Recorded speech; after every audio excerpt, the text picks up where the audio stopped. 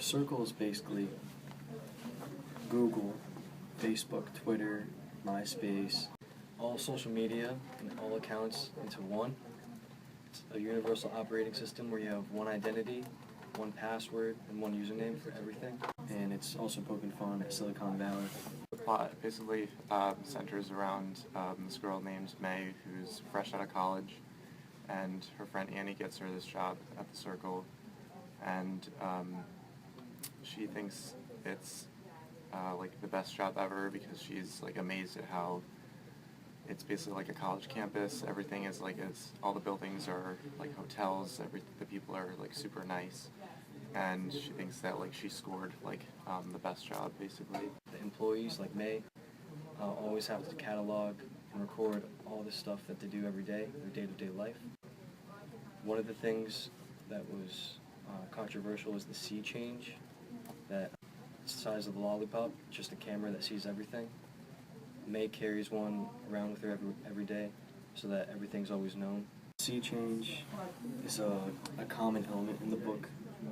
May's parents disrespected the sea change and they didn't want it in their home, and the Circle didn't like that. Kind of shows there's like no really privacy throughout the story. It's everyone knows everything, and like if someone doesn't know what's going on, it's almost a bad thing. Like everyone has to know what everyone's doing. They eventually got some healthcare plan, which the Circle provided, allowing them to treat father's multiple sclerosis. Mercer was May's ex-boyfriend, and he tried to get May not to become transcendent by getting her to realize that everything out in the open.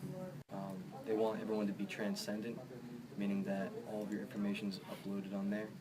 And so she tried to tell him that he needed to stay transcendent within the Circle. And eventually he tried to go off the grid.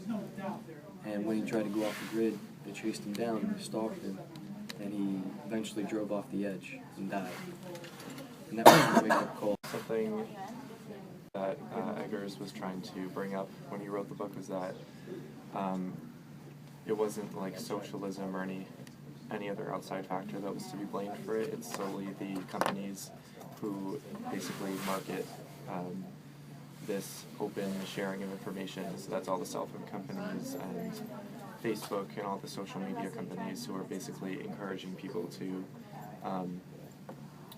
put all of their private and personal lives and all their information out there. So they're really the ones to blame, and no other outside factors. I personally liked the book. It was a little interesting because it's not the average book you'd read. There's no set category, I guess you could say, for this type of book. It's something that raises your attention in a weird way. It always keeps you on the edge of your seat.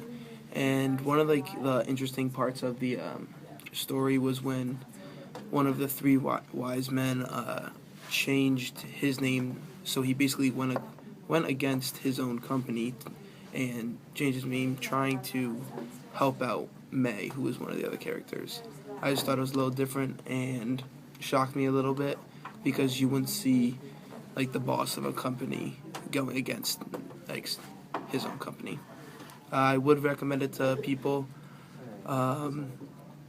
It is an interesting read, and I would read it again. And Ty, or Colden, he tried to tell May that a surveillance regime, is going to sprout, and how she can't avoid it and nobody else can avoid it, but they need to go against it. The employees in the Circle need to go against the system, and sort of like a rebellion. The book ends with May looking at Annie in the hospital while she's in the hospital, and she wonders when the time will come that people's thoughts will become open and knowable and public information. And she says that the world deserves nothing less and will not wait this open sharing of information. So that's all the cell phone companies and Facebook and all the social media companies who are basically encouraging people to put put all of their private and personal lives and all of their information out there, so they're really the ones to blame.